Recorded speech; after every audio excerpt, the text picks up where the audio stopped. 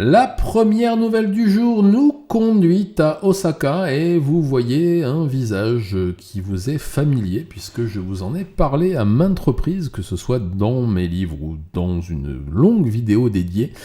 Eh bien, Madame Kakehi Chisako est morte avant-hier soir, heure japonaise, à l'âge de 78 ans, en détention, la prison centrale d'Osaka, dans le couloir de la mort. Elle avait été condamnée à la peine capitale il y a de cela 3 ans maintenant, puisque la peine de mort avait été finalisée en 2021, après que la Cour suprême a confirmé la décision des tribunaux, et elle y attendait son exécution patiemment, tout en réclamant à corps et à cri une révision de son procès. Si vous avez suivi l'affaire au moment où je la relayais, vous savez que les preuves évidentes de sa culpabilité, plus ses aveux rétractés ensuite, mais des aveux quand même du meurtre de ses 3 maris et de ses quelques amants, dont certains que l'on a découverts après, notamment son premier mari, donc Monsieur Kakei Sao, qui est décédé à l'âge de 75 ans. Je vous rappellerai comment après. Son partenaire du moment, Monsieur Honda Masanori, qu'on a retrouvé aussi décédé, la tête dans un ruisseau. Monsieur Hyoki Minoru, qui était un de ses amants aussi, 75 ans, qui ont tous été empoisonnés au cyanure, qu'on a retrouvé dans leur organisme et un peu partout. Ensuite, plusieurs personnes, Sohiro Toshiaki aussi, un de ses amants, et d'autres encore. Eh bien, elle est morte. Elle a rendu son dernier souffle à l'infirmerie de la prison d'Osaka.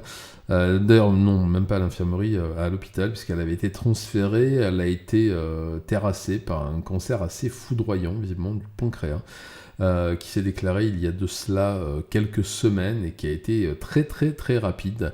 Sa mort a été confirmée hier matin, à 10h du matin. Elle attendait cette révision. Elle avait fait intervenir la Ligue des droits de l'homme et les comités abolitionnistes pour essayer d'échapper à sa peine. Elle devait des millions, mais ça on savait très bien qu'elle ne pourrait jamais les rembourser. Et elle semblait garder espoir et continuait à crier et à clamer son innocence. Elle était visitée régulièrement par des avocats qui voulaient reprendre son affaire très très très médiatique. Celle que l'on a appelée la veuve noire, une des premières du genre, qui avait été arrêtée à l'époque pour la première fois de l'histoire, de véritables histoires à l'américaine, comme on avait dit dans les journaux japonais, eh bien, vient de s'éteindre. Celle qui avait fait les belles heures de mes premières vidéos sur la chaîne, mais aussi de mon premier livre chez Camion Noir, n'est plus. Donc, écoutez, affaire classée.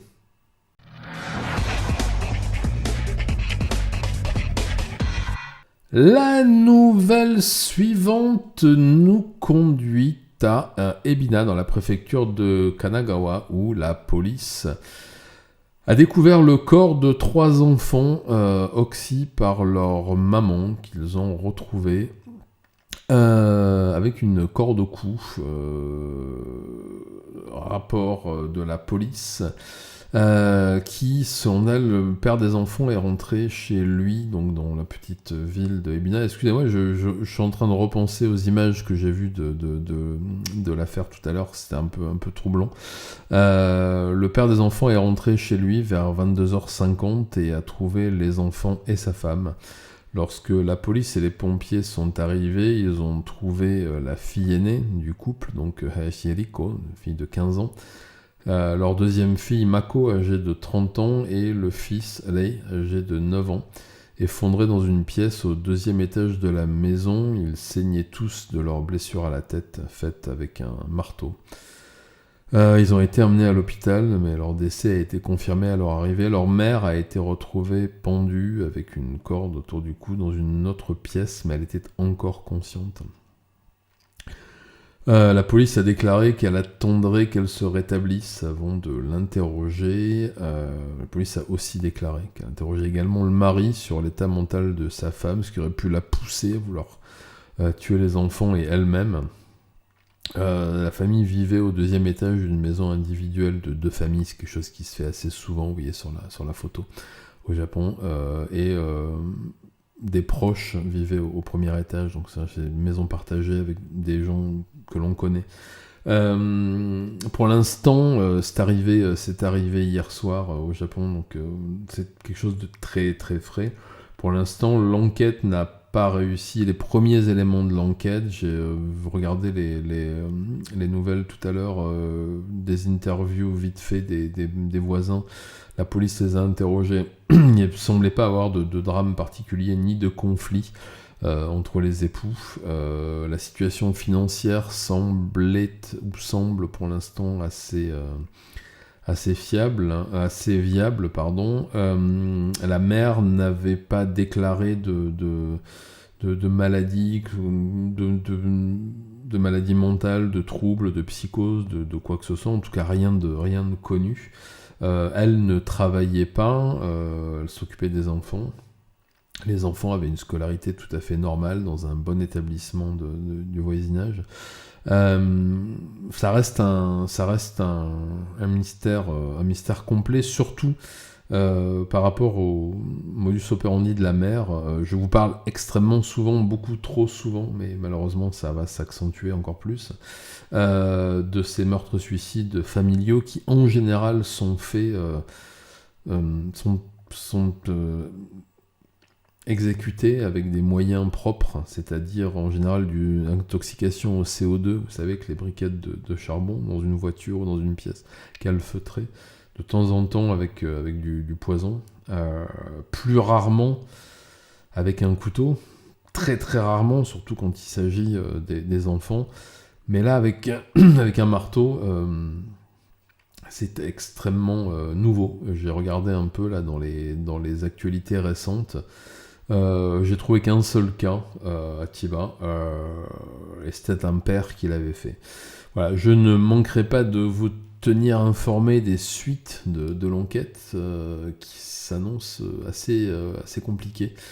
Affaire à suivre.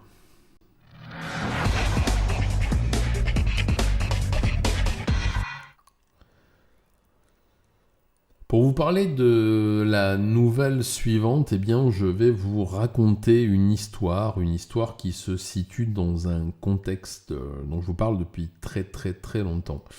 Vous allez comprendre vous-même ce dont il s'agit, je vais juste vous parler de l'histoire de Mademoiselle Sawamura Rika, que vous voyez en photo de 3/4 d'eau, propriétaire d'un salon de beauté, d'un institut de beauté, et qui, en 2021, a reçu sur Instagram le message d'un bel inconnu. Voilà, monsieur avec un profil d'un monsieur sud-coréen qui avait l'air bien installé dans la vie et qui a commenté une de ses publications en lui disant qu'elle avait un beau sourire.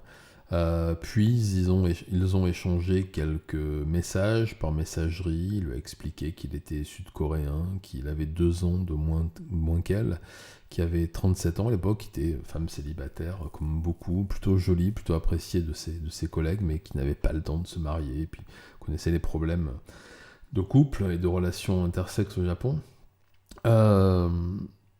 Elle a vu ses photos sur son profil à lui qui montraient qu'il menait une vie plutôt aisée. Belle voiture allemande, beau restaurant, institut, etc. Donc c'était pendant la pandémie, donc tout le monde était prié de rester à la maison. Elle avait une activité très restreinte dans son salon et elle a commencé à correspondre régulièrement avec lui, donc Mademoiselle Sawamura, qui a 40 ans aujourd'hui. N'utilisait pas son vrai nom, bien entendu, elle travaillait, elle évoluait sous pseudonyme. Et puis, le temps et le confinement aidant, les échanges des messages sont devenus plus fréquents, et puis plus personnels, et puis se parler de sa vie, de ses problèmes. Lui aussi était un célibataire frustré de ne pas avoir pu faire sa vie, mais il ne désespérait pas. Alors petit à petit, comme elle dit, avant même qu'elle s'en rende compte, mademoiselle Sawamura est tombée amoureuse de cet homme. Et ce qu'elle ne savait pas, mais ce que vous avez déjà compris, c'est qu'elle était en train de tomber dans un piège tendu par un syndicat d'escroquerie sentimentale situé en Côte d'Ivoire, dont les escrocs courtisent leurs victimes via les réseaux sociaux et les manipulent pour qu'elles versent des millions de yens dans un système d'investissement frauduleux. Ai-je noté. Ces scammers, ces escrocs au sentiment, écument les profils Line, Instagram, moins X, mais plutôt Instagram, en quête de jeunes ou de moins jeunes femmes célibataires qui postent des photos d'elles seules dans des cafés, en vacances seules ou avec un petit chien ou un petit chat. Et profite du fait que cette forme d'escroquerie soit nouvelle au Japon, et pas si nouvelle que ça, parce que je vous en ai déjà parlé à maintes reprises, mais le système est assez élaboré. Je continue de vous lire le texte que j'en ai écrit, mais au Japon, les escroqueries sentimentales sont en hausse ces dernières années. Selon l'Agence nationale de police, un total de 3326 escroqueries sentimentales ont été signalées au cours des 11 premiers mois de cette année, donc 2024, soit plus du double de la même période de l'année dernière, tous émanant d'escrocs situés en Côte d'Ivoire ou en Afrique de l'Ouest. Les dommages se sont élevés à 34,6 milliards de yens, voilà, ça fait environ 200 millions d'euros, soit plus du double de l'année dernière. Donc on va revenir sur le cas de mademoiselle Sawamura, donc le brouteur qui s'était présenté comme un homme d'affaires impliqué dans diverses entreprises, notamment des salons de beauté, du trading de crypto-monnaies, bien entendu, a profité de sa grande faiblesse sentimentale et petit à petit lui a parlé de ses investissements, de leur bonheur futur, de faire des choses pour eux. Alors il l'a convaincu d'investir bien sûr dans la crypto-monnaie, lui disant qu'il pourrait l'aider à récupérer les pertes de son salon de beauté qui était fermé provisoirement à cause du confinement. Bon, tout ça sur des sites entièrement en anglais, une langue qu'elle ne maîtrisait absolument pas. Elle dit avoir compris qu'il utilisait Google Trans parce que c'était du japonais traduit. On sait très vite reconnaître une langue qui a été traduite par Google Trans. Mais comme il était sud-coréen et qu'il disait qu'il ne maîtrisait pas le japonais, qu'il préférait traduire, elle n'a pas eu la puce à l'oreille dans un premier temps. Après quelques mois, après avoir été mise en confiance, elle a déposé 100 000 yens sur le compte de crypto. Elle a un faux compte, bien entendu, une fausse application qui est gérée par les brouteurs en Côte d'Ivoire et qui vous fait croire que vous avez que vous avez réalisé des bénéfices fulgurants. Tout cela, bien sûr, pour auprès de gens qui ne connaissent pas du tout le monde de la crypto, ni même le nom des cryptos. Elle a vu très vite qu'elle avait fait des bénéfices. Alors, elle a très confiance, elle a dit c'est une application qui est très très viable, mon chéri, mon futur chéri. Bien sûr, jamais d'appel téléphonique, jamais d'appel vidéo. Elle était tombée follement amoureuse à ce moment-là, elle lui faisait une entière confiance, et puis elle s'est dit tiens, je vais déménager en Corée du Sud pour commencer une nouvelle vie avec toi, parce que lui disait non, moi je peux pas bouger, c'est pas possible, j'ai mes business, tout ça. Donc elle a voulu retirer tout l'argent et les bénéfices qu'elle avait fait sur ce compte-là. Et il se trouve que pour retirer cet argent, il fallait qu'elle paie bien entendu une certaine somme pour pouvoir retirer les sous. Pendant ce temps, à chaque fois qu'elle payait, ça partait directement sur le compte du monsieur. Sachant que lui avait promis de leur trouver un petit nid d'amour, mais que madame, étant japonaise avec l'esprit que l'on connaît, ne voulait pas qu'il investisse seul, donc elle a voulu s'investir aussi dans l'histoire. Les choses se sont envenimées et l'homme a retiré plus de 20 millions, a escroqué plus de 20 millions de yens à la dame. Et le jour où elle est partie, en Corée pour rejoindre son chéri, sûr d'y trouver une maison où s'installer, se marier bientôt, retrouver Yoon, monsieur qui se faisait appeler Yoon, eh bien, elle a trouvé personne, bien entendu. Elle a eu plus tard des ennuis avec sa banque, avec son employeur, avec le groupe qui possédait le nom de son enseigne. Et elle s'est très vite rendue compte qu'elle venait d'être victime d'une arnaque, puisque le compte et profil Instagram, Line, etc. de l'homme avait disparu, avec l'argent bien entendu. Voilà. Pourquoi je vous parle de ça ? Parce que vous savez comme moi que le Japon, depuis des années, traverse une crise démographique énorme, une crise des mariages, que le taux de célibat chez les 18-35 ans explose, que les gens ne se rencontrent plus, mais qu'il y a aussi une forte demande de la part des Japonais et Japonaises pour se marier avec des ressortissants d'autres pays, pensant y trouver un rêve autre que celui que l'on peut connaître en se mariant avec quelqu'un de son propre pays, surtout là-bas, ce que je peux comprendre. Les Coréens ont la cote. J'ai beaucoup d'amies japonaises qui rêvaient ou se sont mariées avec des... Voilà, ça c'est les pertes sèches qu'elle a, un extrait de son compte. Mais aussi de plus en plus des Occidentaux, donc des personnes d'Europe principalement, d'Italie, de France, des États-Unis, beaucoup.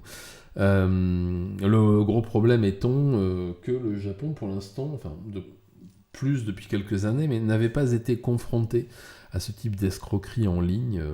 Il y avait énormément d'autres types d'escroqueries, mais celui-là, pas tant que ça. Et puis, avec l'ouverture au monde, avec l'accès plus grand aux plateformes de rencontres, et puis aux réseaux sociaux en général, puis aux traducteurs automatiques, etc. Et depuis quelque temps, les brouteurs se servent aussi de deepfakes, parce que les recommandations de la police japonaise étaient de demander des appels téléphoniques, de demander des appels vidéo qui étaient forcément refusés lorsque c'était ce type de cas.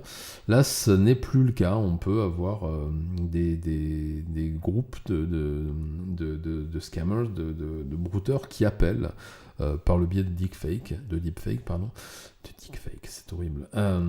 Donc, pourquoi je vous ai parlé du cas de Mademoiselle Sawamura ? Parce que là, depuis le mois de juin, le gouvernement essaie d'élaborer des mesures pour lutter contre la fraude sur les plateformes de médias sociaux, surtout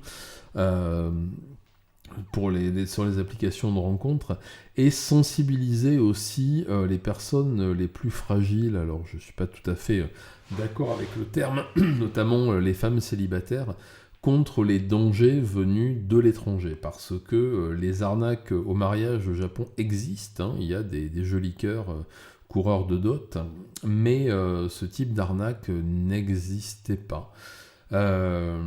Cette femme a